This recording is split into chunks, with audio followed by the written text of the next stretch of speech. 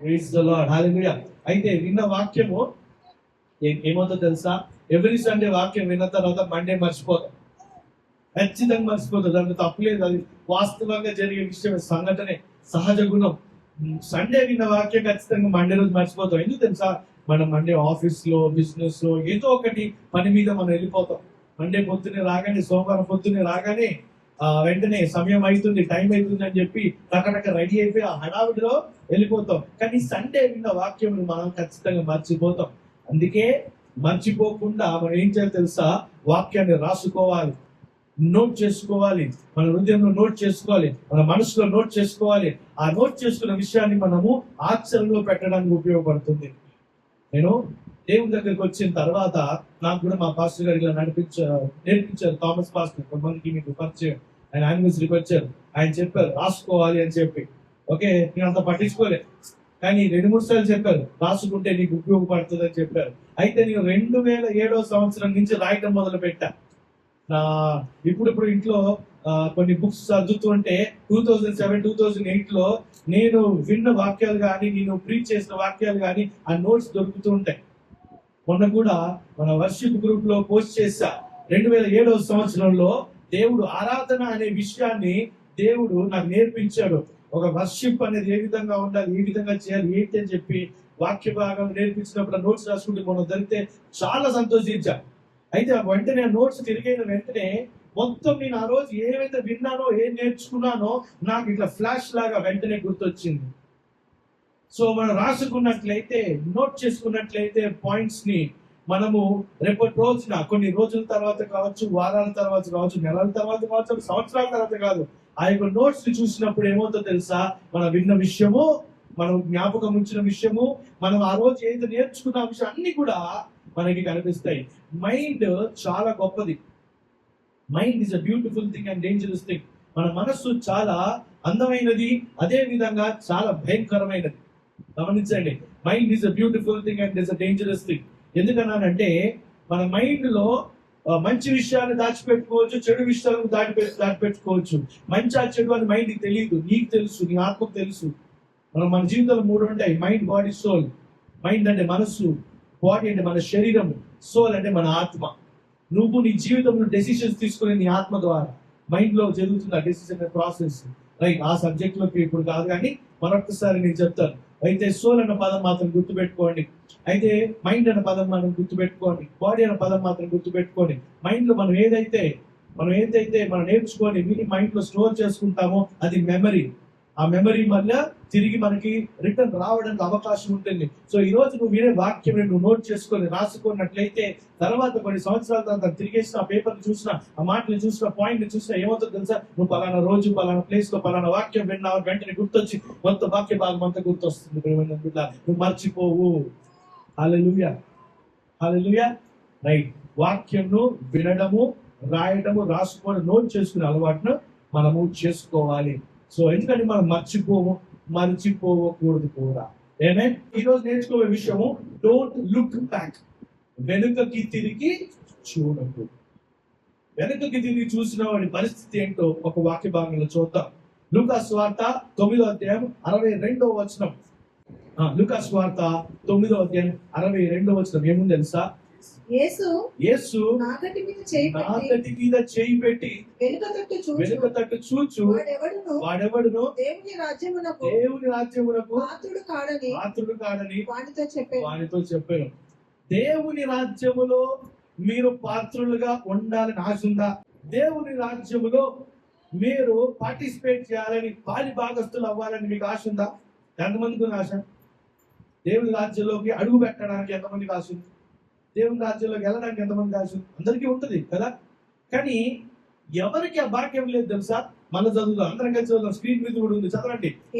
యేసు నాగటి మీద చెయ్యి పెట్టి వెనుక తట్టు చూచు వాడెవడునో దేవుని రాజ్యమునకు కాదంటే పాత్రుడు కాడని. ఎవరైతే వెనకకి చూస్తారో, నాగటి మీద చేయి పెట్టిన ఒక రైతు వెనకకి చూస్తే ఏమవుతుంది తెలుసా? పంట వంకరగా వెళ్తుంది. ఆ యొక్క పంట ఎంతమంది తెలుసా అండి? రైతులు నాగలి పట్టుకొని దున్నుతా చూసారు ఎప్పుడైనా? దున్నిన వాళ్ళు ఎవరైనా ఉన్నారా ఇక్కడ? దున్నవాళ్ళు ఎవరు లేరా? ఓకే, అయితే ఆ నాగలి పట్టుకొని ఆ నాగలికి 2 ఎద్దులను మరి కట్టేసి ఆ ఎద్దుల్ని ముందు నడిపిస్తుంటాడు. ఆ నాగలి ఏం చేస్తాడు తెలుసా? ఆ యొక్క నాగతి మీద చేయి పెడతాడు.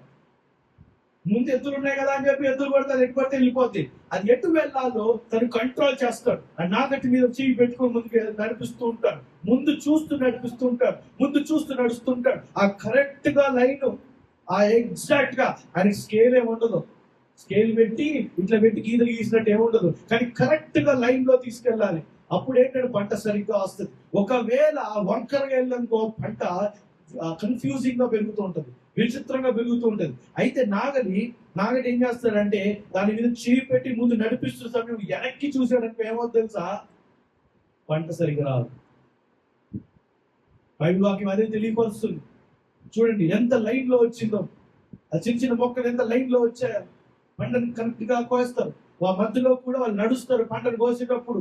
దాని పెద్ద ప్రాసెస్ లేండి, ఇప్పుడు ఆ ప్రాసెస్ ఎందుకు. కానీ గమనించుకోండి వాక్య భాగాన్ని. నాగటి మీద చెయ్యి పెట్టి వెనకకి చూచువాడు దేవుని రాజ్యమునకు పనికిరాడు. అర్థమైందా? సో దేవుని రాజ్యమునకు పనికి రావాలి అంటే ఆ వ్యక్తి వెనక్కి చూడకుండా ముందుకు వెళ్ళాలి. ఎంతమందికి అర్థమైంది? రైట్. దేవుని రాజ్యం అంటే పరలోక రాజ్యంలోకి అడుగు పెట్టిన అంశం మాత్రమే కాదు. బైబిల్ వాక్యంలో ఆ పరలోక ప్రార్థన మాట ఉంటుంది, మీరు చెప్పగలుగుతారా? మనం ప్రతి ఆదివారం పరలోక ప్రార్థన ఖచ్చితంగా చేస్తాం. లార్డ్స్ ప్రేయర్ చెప్పండి. పరలోకమందున్న మా తండ్రి, మీ నామము పరిశుద్ధపరచబడును గాక, మీ రాజ్యము వచ్చును గాక. సో నీ రాజ్యం వచ్చును గాక. ఆయన రాజ్యం మన ద్వారా కట్టబడుతుంది. యేసు ప్రభుని ద్వారా పునాది వేయబడింది, మన ద్వారా ముందుకు నడిపించబడుతుంది. పరిశుద్ధాత్ముని ద్వారా నడిపించబడుతుంది దేవుని రాజ్యం. ఇక్కడ నీ చిత్తము నెక్స్ట్ ఏంటి? పరలోకంలో జరిగినట్లు భూమి యందు జరుగును గాక. నీ చిత్తం పరలోకంలో జరిగినట్లు భూమి యందు జరుగును గాక. ఎవరి ద్వారా? నీ ద్వారా, నా ద్వారా, పరిశుద్ధాత్ముని యొక్క సహవాసం ద్వారా, యేసు ప్రభుని యొక్క కృప ద్వారా ఆయన చిత్తం మన ద్వారా జరిగించాలి వస్తుంది. అయితే ఎవరి ద్వారా అయితే దేవుని రాజ్యం కట్టబడుతుందో, దేవుని చిత్తం ఎవరి ద్వారా అయితే నిర్మించబడి ముందుకు వెళ్తుందో వాడు వెనక్కి తిరగకూడదు. వెనక్కి తిరిగి చూసినప్పుడు వాడి దేనికి అర్హుడు తెలుసా? దేవుని రాజ్యానికి అర్హుడు కాదు. దేవుని రాజ్యానికి పనికి రాడని చెప్తుంది. ఈ మాట ఫస్ట్ టైం చదివినప్పుడు నాకు షాక్ అయిపోయినా, ఆశ్చర్యపోయినా. భయంకరంగా, అంత గంభీరంగా, గట్టిగా తగులుతుంది మాట అనుకున్నా. ఇది ఒక హెచ్చరిక. ఇది బైబిల్లో స్వీట్ మాటలు ఉంటాయి, తెలుసు కదా. 2 అంచుల కట్టిన ఒక అంచు కట్టడం ఆదరణ, బలాన్ని ఇస్తే ఇంకొక అంచు ఏంటి తెలుసా? హెచ్చరిక, వార్నింగ్ అని చెప్పిస్తుంది. ఏమైందని పెట్టారా? మన విషయాలు ఆలోచించాలి. మన జీవితంలో డోంట్ క్విట్ అని నేర్చుకున్నాం, వదిలేకని చెప్పి నేర్చుకున్నాం. దాని తర్వాత విషయం ఏంటి తెలుసా? వెనక్కి తిరిగి చూడకు.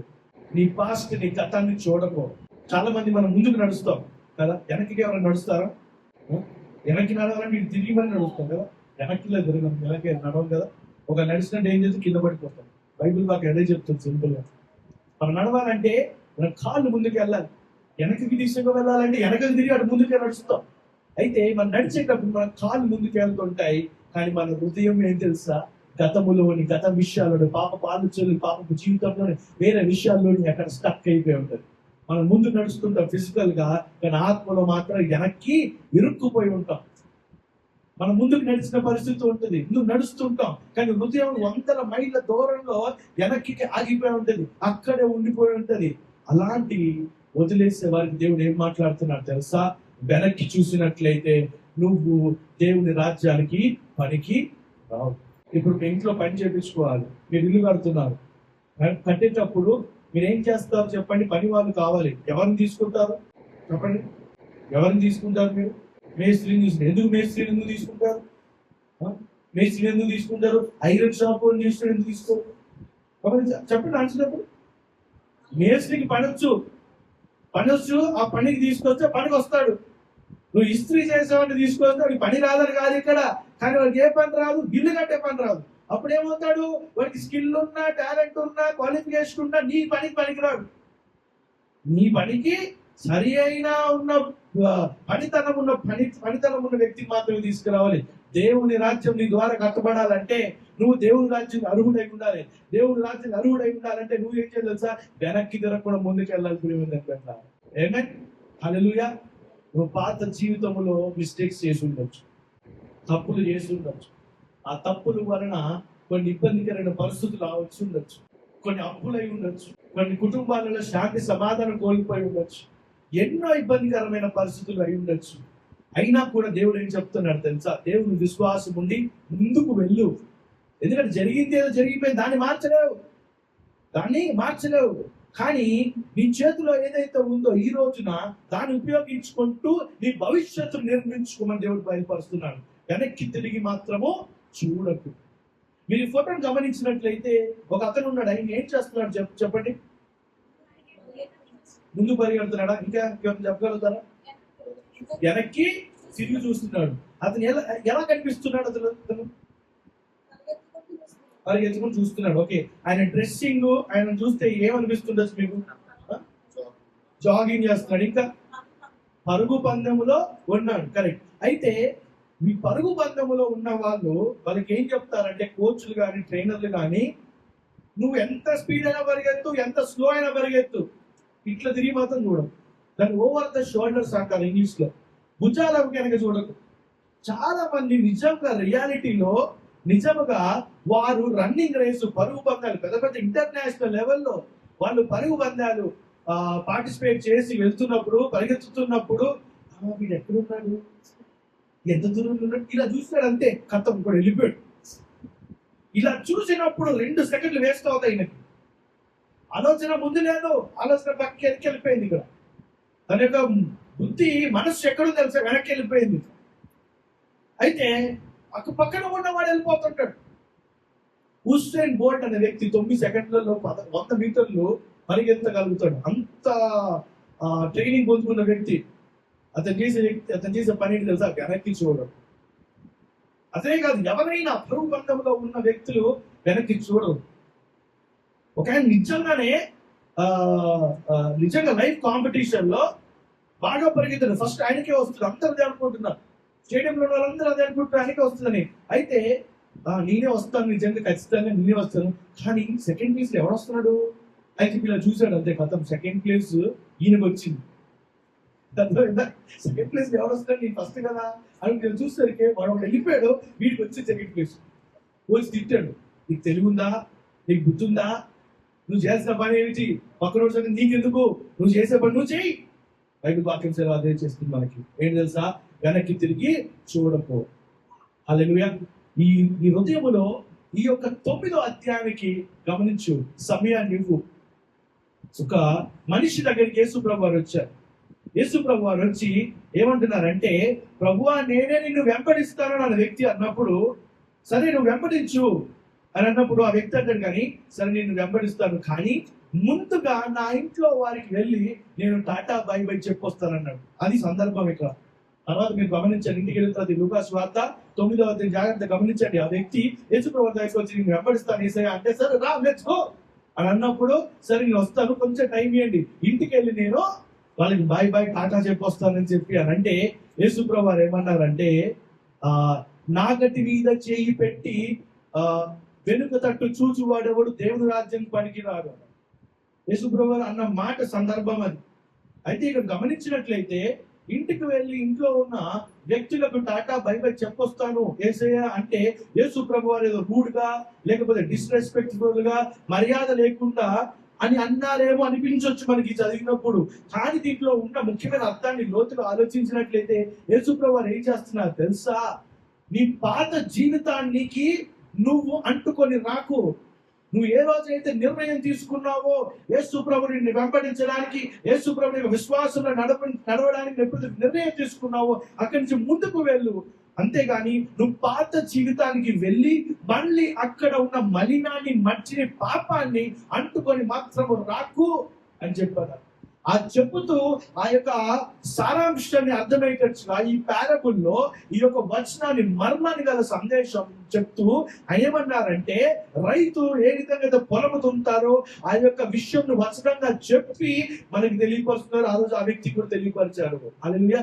ఏంటో తెలుసా, నాగటి మీద చెయ్యి పెట్టి వెనుక తట్టు చూచు వాడెవడను దేవుని రాజ్యమునకు పాత్రుడు కాదు, పనికి రాడు అని చెప్పాను. పాత్రుడు కాదు, తనకి అవకాశం లేదు అని చెప్పి అన్నట్టు. హల్లెలూయా. నీ జీవితంలో ఏదైతే నిన్ను పట్టుకొని లాగుతుందో, నువ్వు ముందుకు వెళ్ళట్లేదంటే దాని అర్థం తెలుసా, నిన్ను వెనక నుంచి ఒకటి పట్టుకొని లాగుతుంది. అది లాగుతుందంటే అయ్యో అది లాగుతుంది అని మనం అనుకుంటాం, కానీ వెనక్కి తిరిగి అవకాశం ఇచ్చింది మనమే. వెనకకి తిరిగి అవకాశం ఇచ్చింది మనమే. ఆ వెనకకి తిరిగి అవకాశం ఇచ్చిన మనము ఏం చేయాలి తెలుసా, ఆ పాత విషయాలతో, వెనక ఉన్న విషయాలతో బంధాన్ని తెచ్చుకొని మనం ముందుకు వెళ్ళాలి. ఎస్ఐ నేను వస్తున్నాను, నీకు అన్ని సాధ్యం, నేను వస్తున్నాను, నేను ముందుకు వెళ్తాను, వెనక్కి చూడను దేవా. హల్లెలూయా. ఒక జాబ్ పోయిందంటే అయ్యో నా జాబ్ పోయింది, నేను అలా చేసి ఉండకూడదు కదా, ఇలా చేసి ఉండకూడదు కదా, అలా చేస్తే నా జాబ్ ఉండేదేమో, మేనేజర్ని కాకపోతే నా జాబ్ ఉండేదేమో, అది చేస్తే బాగుండేదేమో అని చెప్పి నువ్వు అనుకుంటూ ఉండొచ్చు. కానీ దేవుడు ఏం చెప్తున్నాడు, జాబ్ పోయిందా పోనీ, ముందుకెళ్ళు, నేను నీకు ఇంకొక జాబ్ ఉంచి ఉన్నాను. రిసోర్సెస్ మీద కాదు, సోర్స్ మీద మనము డిపెండ్ అవ్వాలని చెప్పి మన వాక్యాన్ని నేర్చుకుందాం. గుర్తుందా? మార్గాల మీద కాదు, మార్గాలను తెచ్చే దేవుని మీద మనం ఆధారపడాలని నేర్చుకున్నాం కదా. సో ఆ జాబ్ పోతే నీకు దేవుడి మీద ఆధారపడు, నీకు అంతకంటే గొప్ప జాబ్ దయచేస్తాడు. ఆమేన్. హల్లెలూయా. చాలా మంది జాబ్స్ చేసే పనులు అవే. మేనేజర్ని కాకపోవడం, ఆ జాబ్ కాపాడుకోవడం. కానీ దేవుడు ఏం చెప్తున్నాడు తెలుసా, అలాంటి పిచ్చి పనులు చేయకు, నువ్వు వెనక్కి చూడకు, ముందుకు వెళ్ళు అని చెప్పాను. హల్లెలూయా. సో ఈ మాట ద్వారా మనం ఏం నేర్చుకోవాలంటే, దేవుని రాజ్యానికి నువ్వు పాత్రుడు అవ్వాలంటే, దేవుని రాజ్యానికి అర్హుడు అవ్వాలంటే నువ్వు చేయాల్సింది ఏంటి తెలుసా? చెప్పండి. వెనక్కి తిరగకుండా ముందుకి నడవాలి, వెనక్కి చూడకుండా ముందుకు వెళ్ళాలి. Don't look back. అది మంచి పన్నా, చెడ్డ పన్నా, నీ తప్పులా, నీ లాసా, లేకపోతే నువ్వు ఓడిపోయిన విషయాలు ఏదైనా సరే వెనక్కి తిరిగి చూడదు. చాలా మందికి ఒక జబ్బు వచ్చింది. ఆ జబ్బుని ఏమంటారు తెలుసా ఇంగ్లీష్లో? ఓవర్ థింకింగ్ అంటారు. ఓవర్ థింకింగ్, ఎక్కువగా ఆలోచించే విషయం. అది ఏంటి తెలుసా, వెనక్కి ఆల్రెడీ అయిపోయిన విషయాల గురించి వాళ్ళు ఎక్కువగా ఆలోచించి ఈ రోజు బాధపడతారు. వాళ్ళకి బాధలు లేవు. స్వీట్ షాప్కి వెళ్ళి ఒక కేజీ కలాకాండ్ తీసుకొని తినడానికి తెచ్చుకున్నట్టు అప్పటికప్పుడు పోయి, నాకు బాధ లేదంటే ఈ రోజు బాధపడడానికి అవకాశం లేదు, టాపిక్ లేదని చెప్పి నేను ఒక 6 నెలలు వెనక్కి వెళ్తానండి, ఆ పొట్ల పట్టుకొని వస్తాను, ప్యాకెట్ పట్టుకొని వస్తే కూర్చొని పెట్టుకొని మరి కళాకాండ్ తిన్నట్టు ఆ బాధను తింటుంటారు. దాన్ని ఓవర్ థింకింగ్ జబ్బు అంట.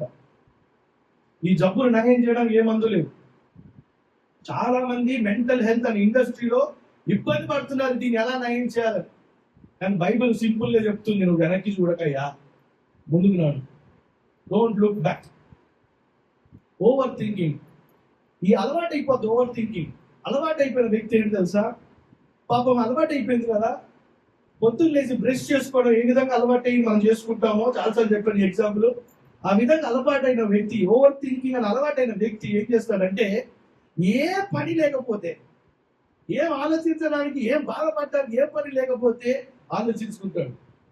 అక్కడ ఏం జరిగింది, ఇక్కడ ఏం జరిగింది, ఇది నేను ఆలోచించాను, తీసుకొని వచ్చి మరి కూర్చొని మరి బాస్కెట్ వేసుకొని భోజనాన్ని తీసుకొని కూర్చొని మరి ఎలా తింటామండి? అందరం భోజనం ఎప్పుడు తిన్నారా? ఫుల్ మీల్స్ ఫస్ట్ ఏం స్టార్ట్ చేస్తారు చెప్పండి. గట్టి చెప్పండి, నాకు వినిపించలేదు. First puri, right. ఇంకా నెక్స్ట్ ప్రాసెస్ స్టార్టర్, ఇంకా పచ్చడి, కారపొడి, నెయ్యి. మీకు ఆకలి తెప్పిస్తుందా? లేదు కదా. నెయ్యి, పచ్చడి, పొడి, తర్వాత పప్పు,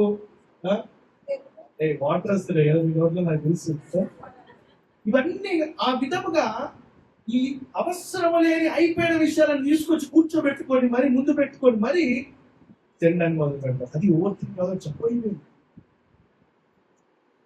బైబిల్ ఏం చెప్తుంది తెలుసా, అయిపోయిందాన్ని నువ్వేం చేయలేవు,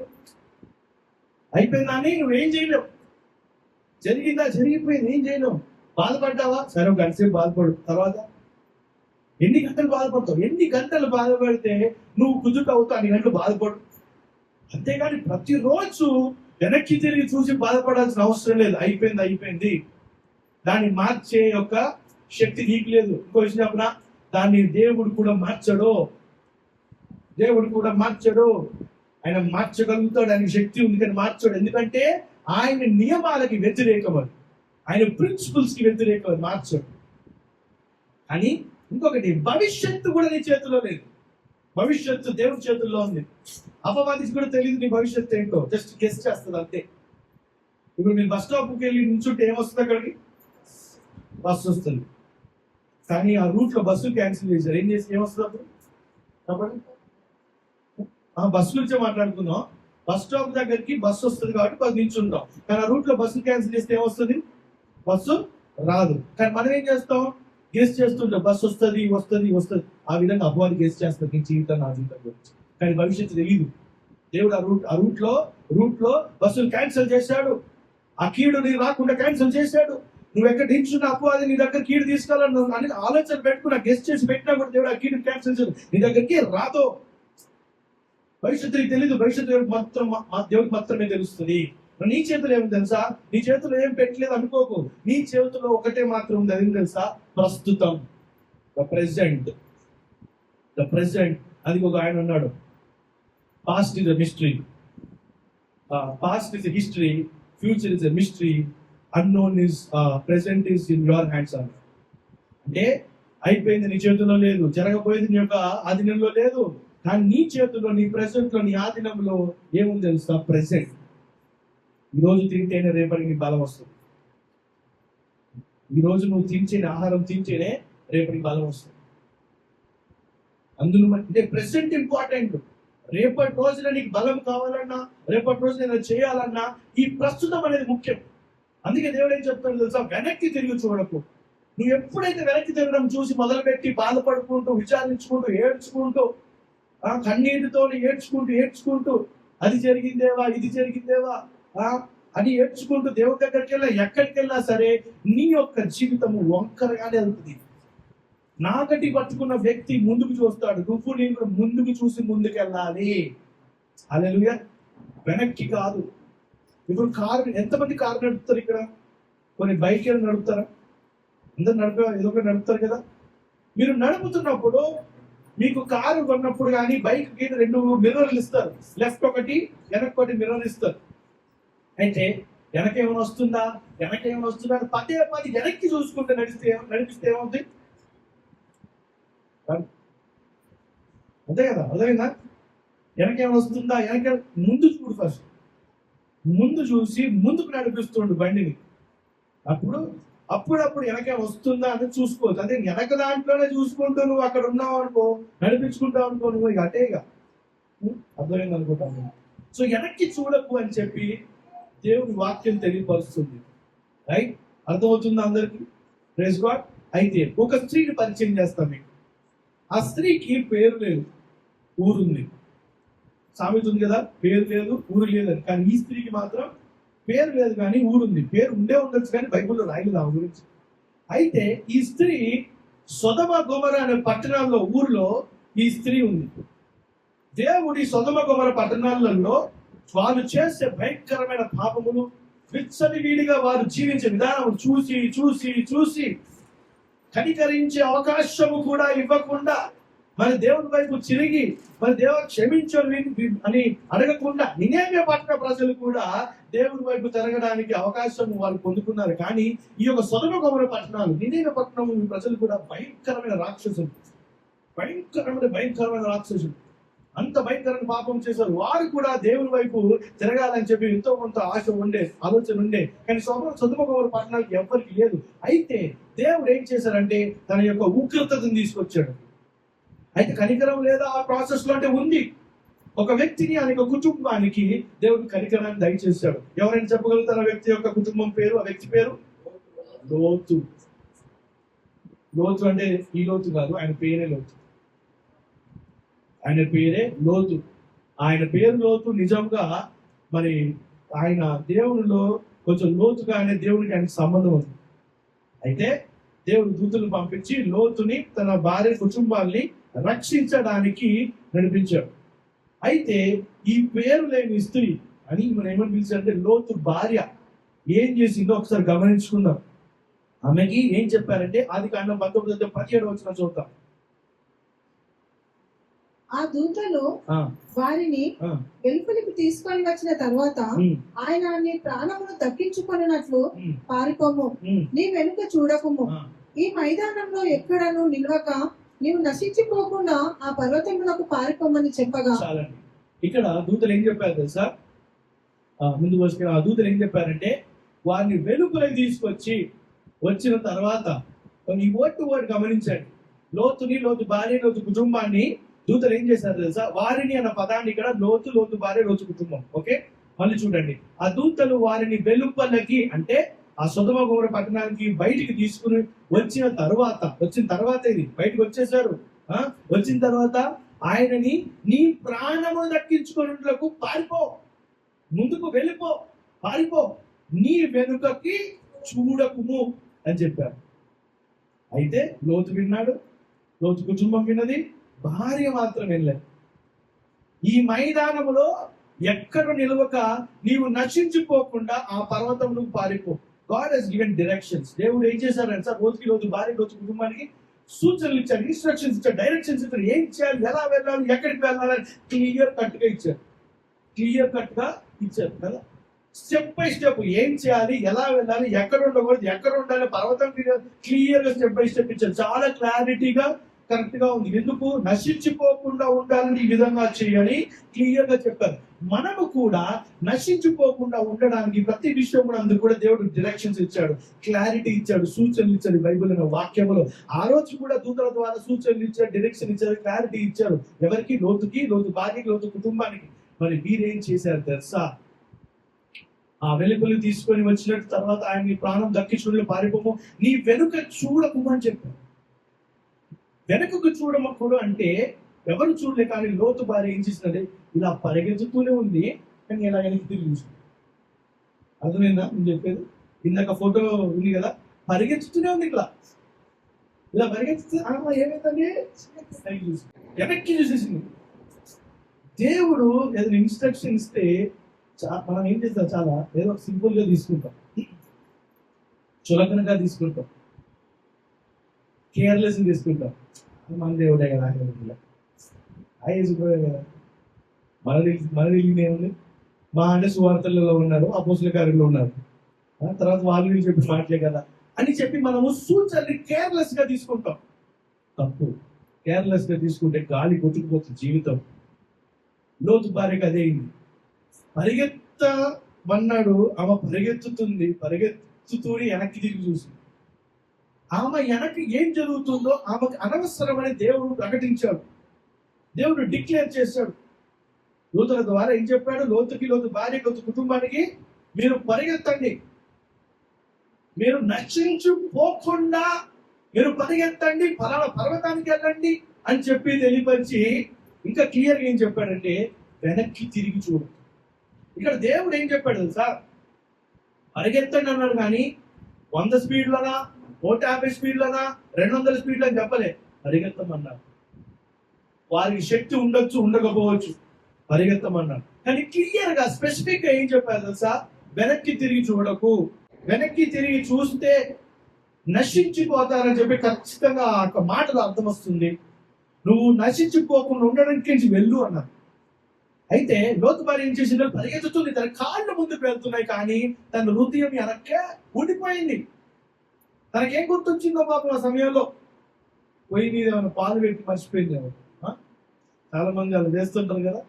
పాపం ఏం మర్చిపోయిందో, ఏం గుర్తొచ్చిందో, వెనక్కి తిరిగి తన ఇల్లు గుర్తొచ్చిందేమో, వెనక్కి తిరిగి తను మంచిగా హ్యాపీగా ఆనందించుకుంటున్న జీవితం గుర్తొచ్చిందేమో, తన తినే ఫుడ్ గుర్తొచ్చిందేమో. ఎవరు గుర్తొచ్చింటారు? తన కుటుంబ సభ్యుల అందరూ అక్కడే ఉన్నారు. వాళ్ళ వీళ్ళ కంటే ముందు పరిగెత్తుతున్నారు. ఈమెను కొంచెం అనుకుందేమో. అందరూ పరిగెత్తుతున్నారు, భర్తున్నాడు, పిల్లలు ఉన్నారు. కానీ తను ఏ విషయమైతే గుర్తు తెచ్చుకొని వెనక్కి తిరిగిందో గమనించండి. ఆ విషయం తన హృదయాన్ని ఉంచింది, దేవుడి మీద మాత్రం కాదు. దేవుడి సూచనల మీద కాదు, దేవుడు చెప్పిన విషయాలు కాదు. ఆమె ఏమైపోయింది తెలుసా? వెనక్కి తిరగగానే ఏమైపోయింది? ఉప్పు స్తంభం అయిపోయింది. ఆ వచనం ఎక్కడ ఉంటుంది నేను చెప్తాను చూడండి. ఉప్పు స్తంభం ఆయన. అయితే లోతు భార్య అతని వెనక నుండి చూచి ఏమైపోయిందంట?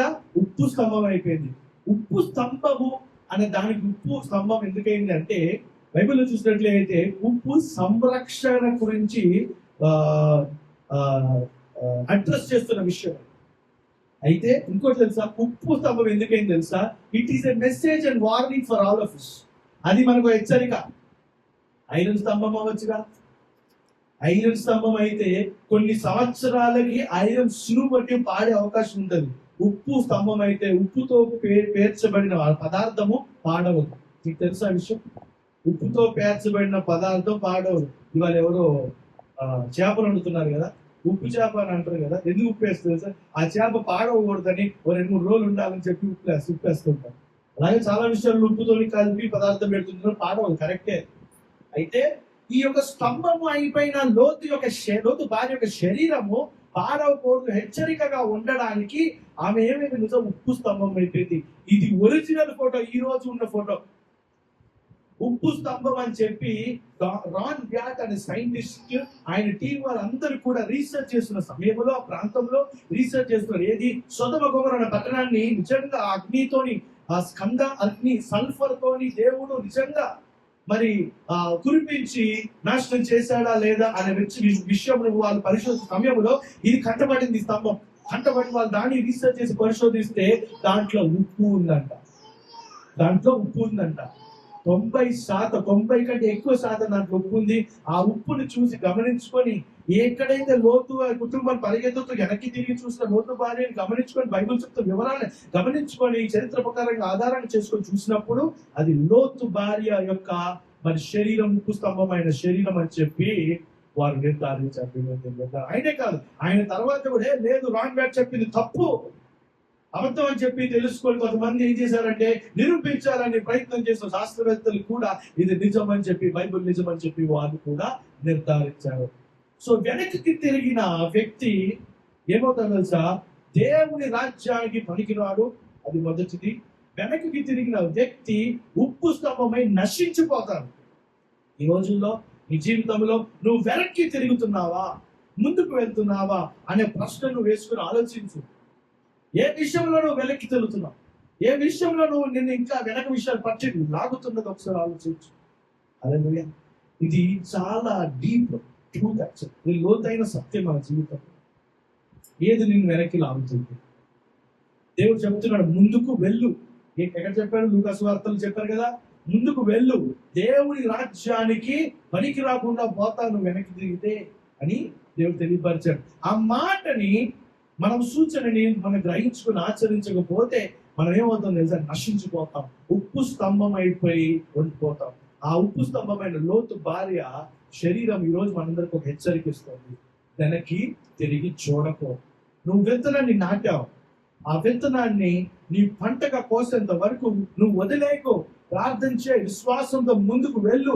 అదే విధంగా వెనక్కి తిరిగి చూడకుండా ముందుకు వెళ్ళు అని బైబిల్ వాక్యం సెలవిస్తుంది. హల్లెలూయా. వెనక్కి తిరిగి చూడాలని ఒక భావాన్ని మనం అర్థం చేసుకోవాలి. లోతు భార్య తన మనసులో ఏం నడిచిందో, ఏం ఆలోచించిందో, ఏమి తనని వెనక్కి తిరిగేటట్టుగా చేసిందో ఒకసారి గమనించండి. తన జీవితంలో ఏం వెనక్కి తిరిగేటట్టు చేసిందో ఆలోచిస్తూ మన జీవితంలో మనం ఏది వెనక్కి తిరిగి చూసేటట్టు ఏది చేస్తుందో మనం గ్రహించుకొని, గమనించుకొని, ఎగ్జామిన్ చేసుకొని అది వెనక్కి తిరిగి చూడకుండా అది అక్కడికక్కడ వదిలేసి ముందుకు వెళ్ళాలి. హల్లెలూయా. ప్రియమైన బిడ్డలారా, లోతు భార్య కాళ్ళు సొదొమ పట్టణాన్ని వదిలేసి ముందుకు బయలుదేరుతుంది, కానీ తన హృదయం మాత్రం సొదొమ పట్టణంలో మాత్రమే. ఈ రోజున మన జీవితంలో చాలా విషయాలు వదిలేసి క్రీస్తులోకి మనం ముందుకు వచ్చాం, నడుస్తున్నాం, ముందుకు వెళ్తున్నాం. కానీ ఇంకను కొన్ని విషయాలు మన హృదయాన్ని ఆ పాత విషయాలు అంటుకొని ఉన్నాయి. మరి ఆ అంటుకున్న విషయాలు ఏంటో మనం గమనించుకొని మనము చెక్ చేసుకోవాలి. హల్లెలూయా. ఇప్పుడు మన దగ్గరికి వస్తాం. ఓకే, ఎందుకంటే 4000 సంవత్సరాల క్రితం జీవించిన ఒక స్త్రీని గురించి మనము ఇప్పుడు చర్చించుకోవట్లేదు, కానీ మనల్ని మనం చర్చించుకోవాలి, మనల్ని మనం పరీక్షించుకోవాలి. ఎందుకు మనం వెనక్కి చూస్తున్నాం? వెనక్కి మనం చూసే ఉంటాం ఖచ్చితంగా. ఉన్నవాళ్ళు మీ చేతులు ఎత్తాల్సిన అవసరం లేదు, ఖచ్చితంగా వెనక్కి చూసే ఉంటాం.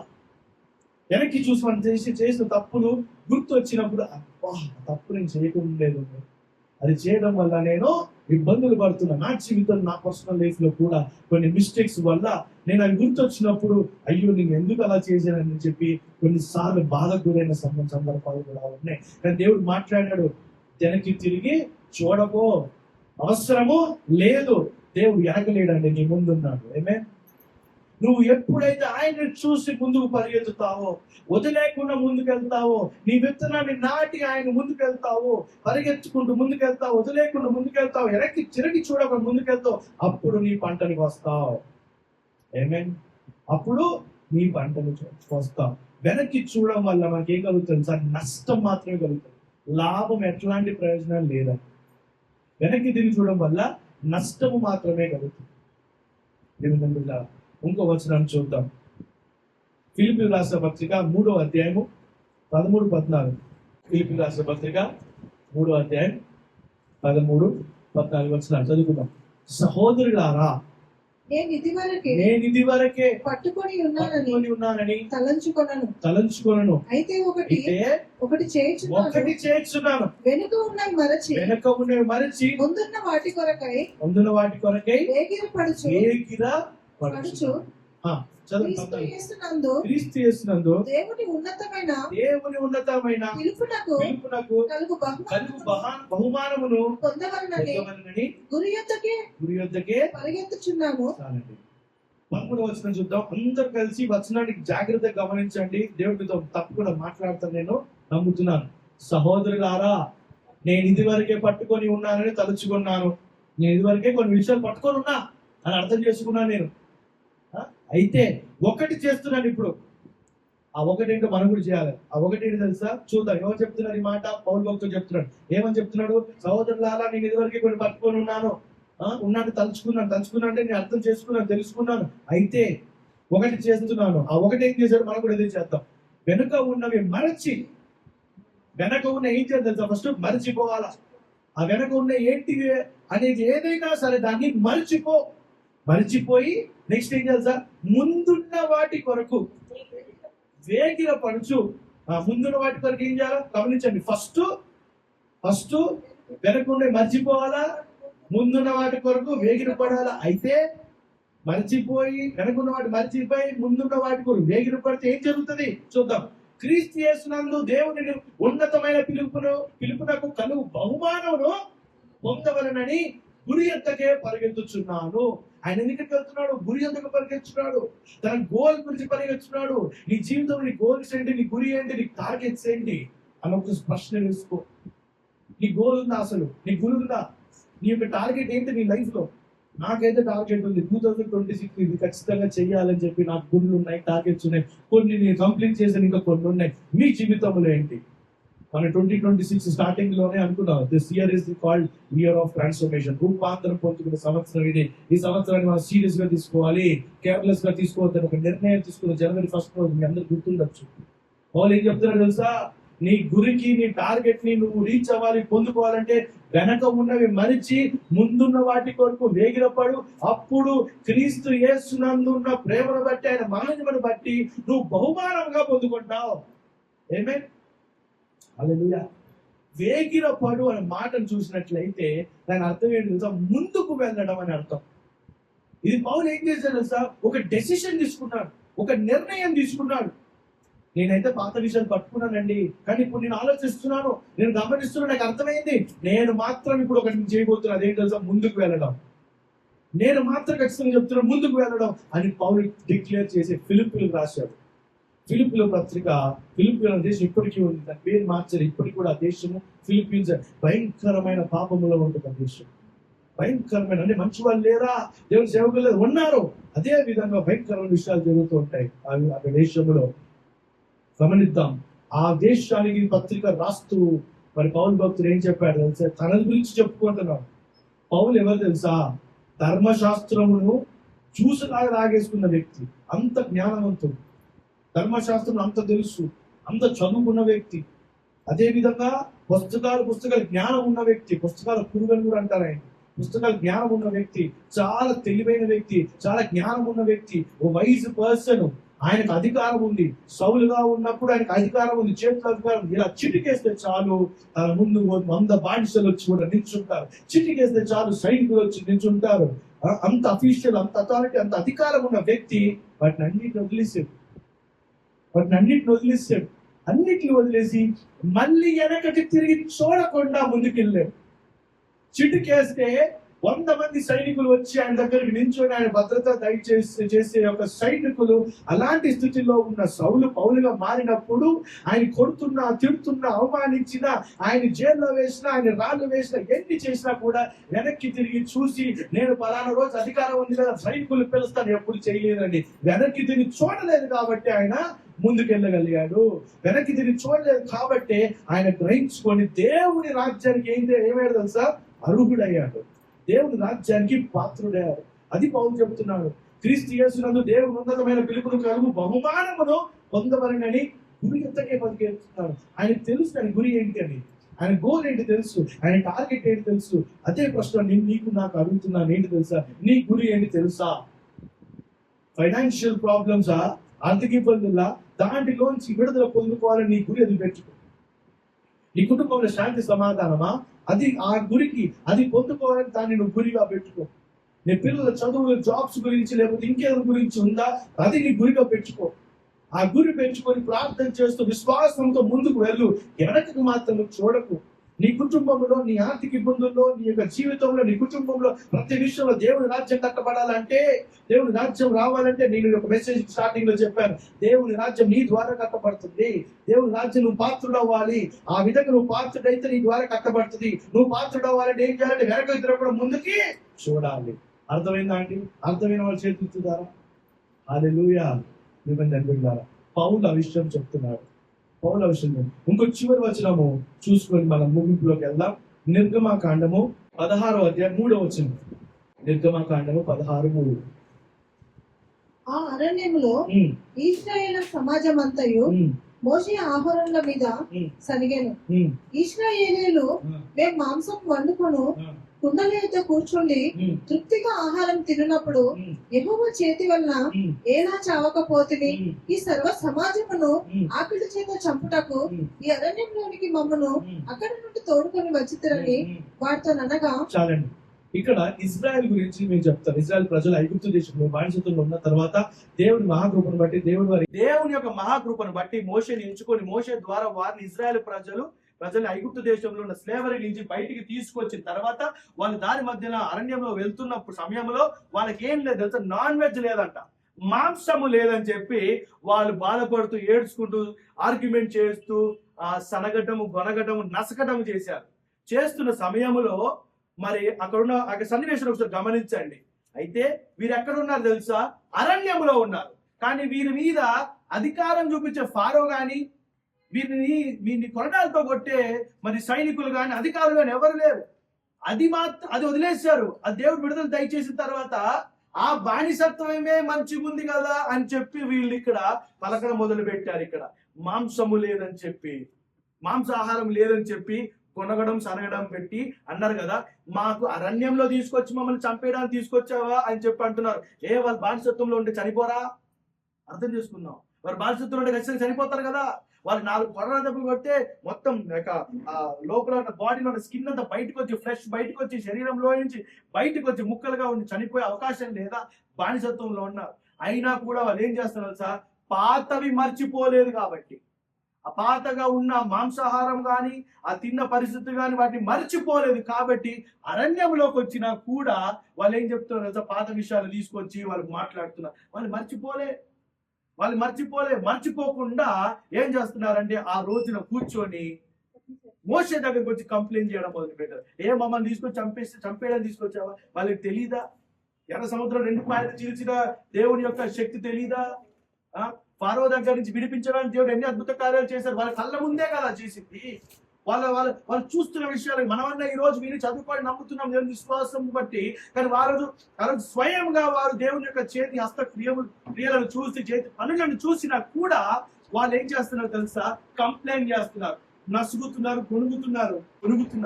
వారు ఎందుకు నసుగుతున్నారు తెలుసా? వారు ఎక్కడో తెలుసా? బానిసత్వంలోనే ఉన్నారు. అరణ్యములో వచ్చిన తర్వాత కూడా, విడుదల పొందుకున్న తర్వాత, ఫ్రీడమ్, స్వాతంత్రం వచ్చిన తర్వాత కూడా వారు ఏమైపోతుంది తెలుసా? బ్యాక్ వెళ్ళిపోతున్నారు. హల్లెలూయా. అయితే ఎవరైతే ఈ విధముగా ఉంటారో, ఎవరైతే ఇజ్రాయెల్ ప్రజల్లాగా ఆలోచిస్తారో, ఎవరైతే ఇజ్రాయెల్ ప్రజలు ఈ సన్నివేశంలో ఆలోచించినట్టుగా ఎవరైతే ఆలోచిస్తారో, వారు దేవుని రాజ్యంగా అడుగుతారు. హల్లెలూయా. సో మళ్ళీ చెప్తున్నాను, దేవుని రాజ్యము నీ ద్వారా కట్టబడుతుంది, నీ కుటుంబంలో కట్టబడుతుంది, నీ ఉద్యోగంలో కట్టబడుతుంది, నీ వ్యాపారంలో కట్టబడుతుంది, నీ యొక్క వ్యక్తిగత జీవితంలో కట్టబడుతుంది. అయితే నువ్వు చేయాల్సింది ఏం తెలుసా? వెనుకకి తిరగకుండా ముందుకు వెళ్ళాలి. ఎప్పుడైతే వెనకకి తిరగకుండా ముందుకు వెళ్తున్నామో అప్పుడు మనము ఆ గురి వద్దకు, పౌలు చెప్పినట్టు ఆ గురి వద్దకు మనం చేరుకోగలుగుతాం. ఆ గురి ఏదో కాదు, మన పంటని మనం కోయగలుగుతాం. ఆ పంటని కూడా మనము కోయడమే కాదు, మనము తినగలుగుతాం. చాలా మంది ఏమవుతుంది తెలుసా? పంటని కోస్తాం, పంటని విత్తనాన్ని నాటి, పంటని పండించి, పంటని కోసిన తర్వాత మన తినలేని పరిస్థితిలోకి వెళ్ళిపోతాం. కానీ దేవుడు బిడ్డలు ఖచ్చితంగా ఆ పంటని తినేంత వరకు కూడా దేవుడు నిద్రపోడు. ఆమేన్. నీ జీవితంలో, నా జీవితంలో దేవుడు ఏం చెప్తుంది తెలుసా? వెనక్కి చూడడం వల్ల నష్టం కలుగుతుంది. వెనక్కి చూడడం వల్ల నశించిపోయే ఒక పరిస్థితిలోకి వెళ్ళిపోతాం. వెనక్కి చూడకు, ముందుకు వెళ్ళు.